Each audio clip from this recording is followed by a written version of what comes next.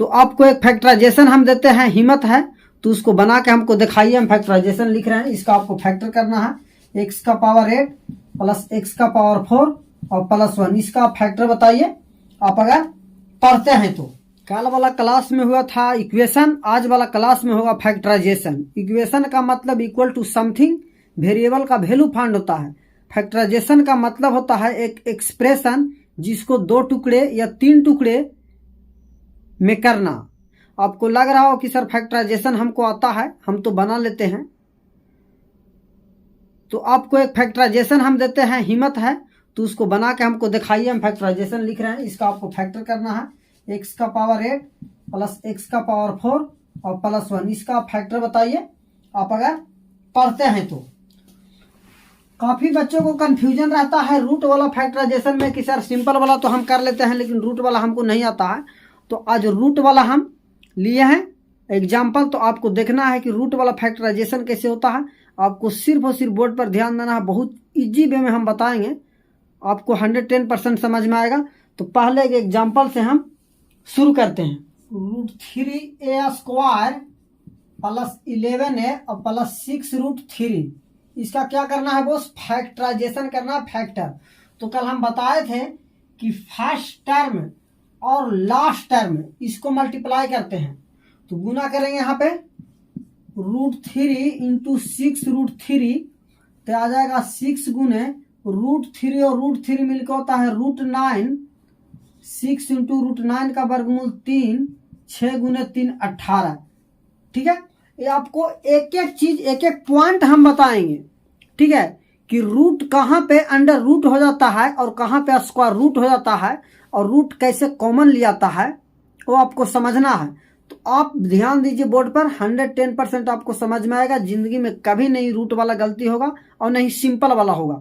कल का वीडियो जो हम बनाए हैं वहाँ इक्वेशन पढ़ाए हैं, वहाँ आप जाके देखिए किस प्रकार का trick, one of the best method बताए हैं। तो आप देखिए, इतना बेसिक से बताने का मतलब है कि आपका 0 लेवल है जिसको लेवल को हमको बढ़ाना है। तो यहाँ पे दोस्त 18 आ गया। अब हमको 18 आ गया, हमको 11 भी लाना है। तो हम जानते हैं कि इसका फैक्टर हो गया, यानी 18 हो गया तो इसका फैक्टर होगा 18 का फैक्टर 2 से लगाएंगे तो 9 और 3 से तो 3, यानी कहने का मतलब है 2 इंटू 3 बराबर 18 आ गया। और हमको बीच वाला मिडिल टर्म लाना है। गुना करने से फर्स्ट टर्म और लास्ट टर्म आना चाहिए, यानी कि फर्स्ट टर्म और लास्ट टर्म को मल्टीप्लाई किए तो 18 आया। तो इसका फैक्टर किए 2 इंटू 3 बराबर 18 और बीच वाला मिडिल टर्म 11 आना चाहिए। तो हम जान रहे हैं कि 9 गुने 2 करेंगे तो क्या आ जाएगा 18 और 9 प्लस 2 बराबर 11। तो इसको सेटिंग करके लिखेंगे दोस्त √3a² plus 9a plus 2a plus 6√3। देखिए 9 प्लस 2 11 आ रहा है ना बीच वाला टर्म, और 9 गुने 2 18 आ रहा है। अब यहाँ से कॉमन क्या मिल रहा है? देखिए a² है, यहाँ पे a है तो पहले तो a कॉमन मिल गया। यहाँ पे √3 है और 9 में भी √3 है। ठीक है, 9 को आप लिख सकते हैं दोस्त 3 इंटू 3। ठीक है, और इस 3 को लिख सकते हैं √3 गुने √3 और गुने 3। ठीक है, ये 3 जो था उसको 2 और √3 में हम तोड़ दिए, अब एगो 3 बच गया, यानी 9 को लिख सकते हैं। तो यहाँ पे से √3 कॉमन ले लेंगे, √3a कॉमन लेंगे तो यहाँ से a बच जाएगा, यहाँ बचेगा 3√3। और यहाँ से आपको लगा कि सर 3√3 कैसे बच गया, तो आपको समझा दे रहे हैं दोस्त 1 मिनट में कि 9 है, 9 को लिख सकते हैं 3 इंटू 3 और 3 को लिख सकते हैं √3 इंटू √3, एक 3 बच जाएगा। इस 3 को हम लिख दिए √3 गुने √3। अब √3 यहाँ से अगर कॉमन आ गया, यहाँ से बाहर आ गया तो क्या बच गया 3√3। तो यहाँ पे √3 कॉमन ले लिए तो 9 में से बच गया 3√3। अब यहाँ से 2 डिवाइड हो रहा है 2 से, और 2 से 6 भी डिवाइड हो रहा है, तो 2 कॉमन लेंगे तो यहाँ से बचेगा a प्लस 6 को क्या लिख सकते हैं, a 6 बराबर हम लिख सकते हैं 2 इंटू 3। 6 को, अब एगो √3 लगा हुआ है तो √3 लगा दें, यानी 6 √3 को लिख सकते हैं। तो 2 बाहर आ गया तो मेरे पास क्या बच गया 3√3। अब देखिए इसको मल्टीप्लाई करने से ए वाला आना चाहिए, तो यहां से देखिए √3a को a से मल्टीप्लाई करेंगे तो √3a² आएगा, और √3 को 3√3 से करेंगे तो 9 आ जाएगा, और 2 × a 2a आ रहा है, और 2 × 3√3 6√3। ए वाला ब्रैकेट और ए वाला ब्रैकेट बराबर है, इसका मतलब सही बन रहा है। तब यहां से a + 3√3 कॉमन ले लेंगे तो यहां से आ जाएगा √3a और +2, यानी यही इसका क्या है फैक्टराइजेशन है, गुणनखंड है। गुणनखंड का मतलब है खंड करना है, खंड माने टुकड़ा करना है, किस में, गुना में, ठीक है।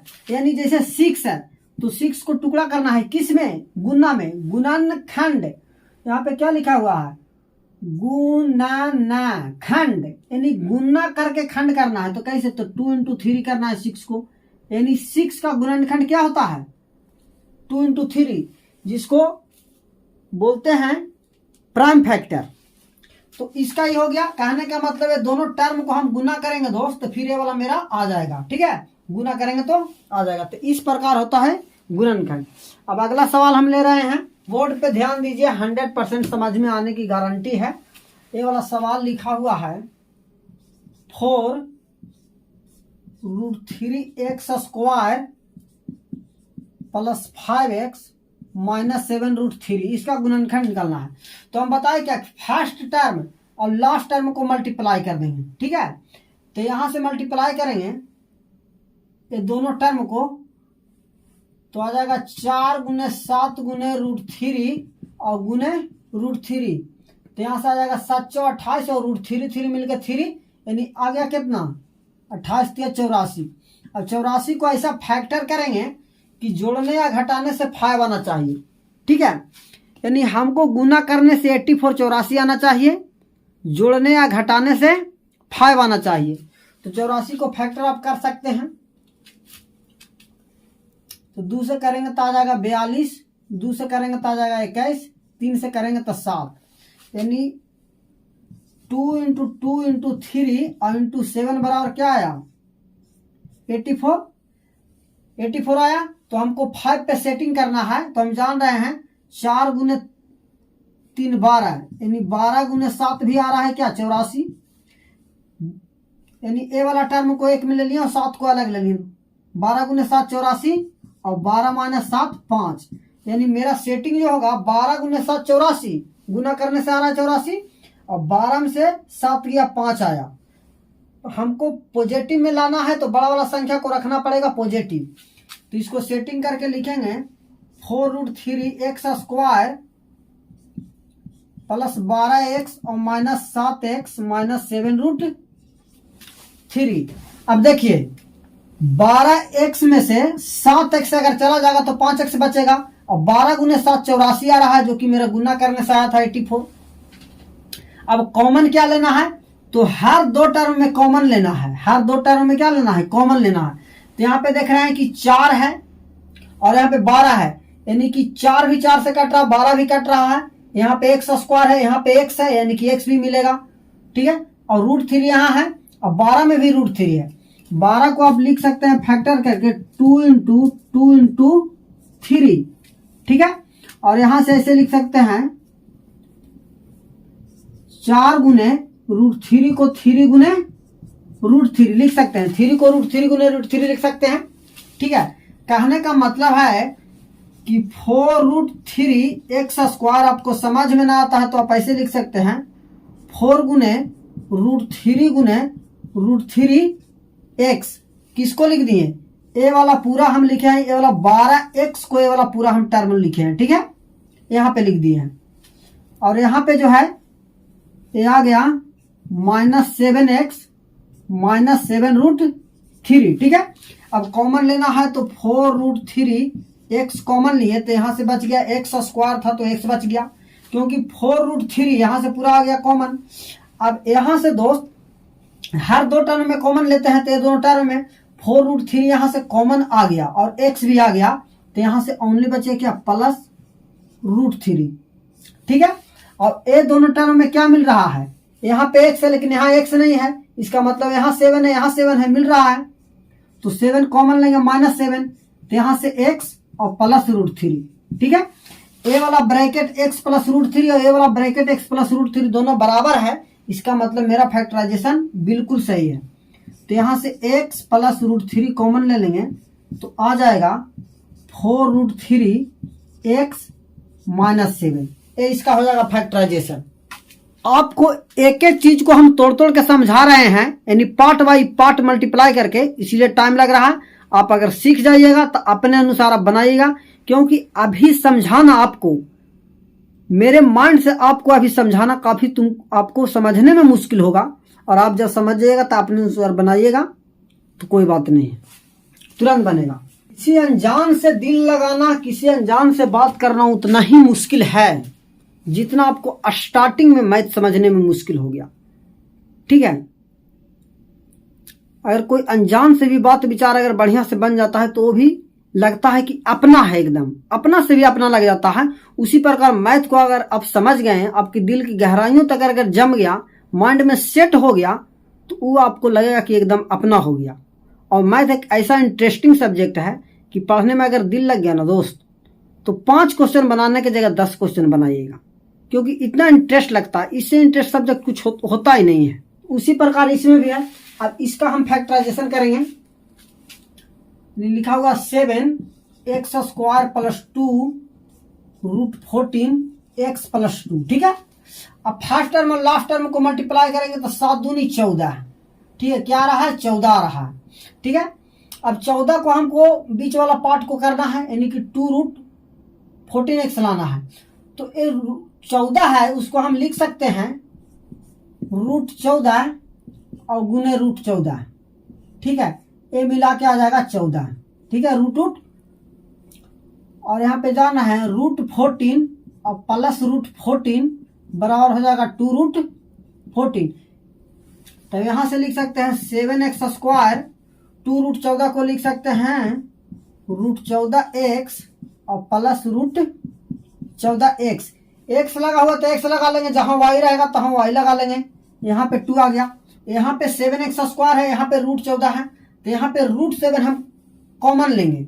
यहाँ पे क्या लेंगे, √7, क्योंकि 7 को हम लिख सकते हैं √7 × √7, ये लिख सकते हैं ना। तो आप लिख भी सकते हैं, तो डायरेक्ट हम कॉमन ले रहे हैं। यहाँ पे 7x लेंगे तो आ जाएगा √7x और प्लस। अब √14 में से √7 कॉमन आ गया। √14 में से यानी √14 को हम लिख सकते हैं √2 गुने √7, और √7 मेरा कॉमन आ जाएगा, यहाँ पे आ गया तो क्या बच गया, √2 बच गया। और यहाँ से √2 हम कॉमन ले रहे हैं तो √7 और प्लस 2 को लिख सकते हैं, 2 है तो 2 को लिख सकते हैं √2 गुने √2, और एक √2 कॉमन आ गया तो यहाँ पे क्या बच गया, √2। तो यहाँ से दोस्त आ गया √7x + √2, और यहाँ से भी आ गया √7x + √2। इतना भी छोड़ सकते हैं, और नहीं तो ज्यादा कलाकारी है तो √7x + √2 को होल स्क्वायर हो जाएगा, क्योंकि दोनों टर्म सेम है। ठीक है। आपको हर वो चीज हम बता रहे हैं जो आपके माइंड में डाउट होता है। हम जानते हैं कि स्टूडेंट कहाँ पे कंफ्यूज होता है, क्योंकि 2 को √2 गुने √2 लिखना उसके लिए मुश्किल होता है। जैसे √14 है तो √14 का मतलब है कि √7 से कैसे डिवाइड होगा, तो उसको लिख देना है √14 को √2 गुने √7, तो √7 से √7 कट जाएगा तो क्या बचेगा, √2। लास्ट क्वेश्चन बताना नहीं है, आपको बनाना बॉक्स में इसका जवाब दीजिए। और आपको जो पहले बार हम सवाल दिए थे x का पावर 8 + x का पावर 4 + 1 का फैक्टराइजेशन क्या होगा, जो लोग शातिर है, मैथ पढ़ने में बहुत उनका अच्छा मन लगता है, मैथ बहुत ज़्यादा बनाते हैं, डिफिकल्ट सवाल को हल करते हैं, तो हमको बना के कमेंट बॉक्स में भेजें, या मेरा व्हाट्सअप नंबर 9006644631 है, उस पर सेंड कर सकते हैं। टेलीग्राम मेरा चैनल है, वहाँ पे भी प्ले विथ मैथ के नाम से बना हुआ टेलीग्राम चैनल, वहाँ भी आप पोस्ट कर सकते हैं, वहाँ भी हम देख सकते हैं। इस प्रकार आप वीडियो देखते रहिए, आपको बेसिक चीज़ भी हम बता रहे हैं, और डिफिकल्ट जो मैथ आता है कम्पिटिटिव एग्जाम में वो भी हम पढ़ा रखे हैं, वहाँ से जाके आप देख सकते हैं। इस प्रकार आप बने रहिए, वीडियो को कंप्लीट आपको वॉच करना है। थैंक यू स्टूडेंट्स, जय हिंद जय भारत। आज का क्लास यहीं पे होता है समाप्त। कल फिर मिलेंगे, तब तक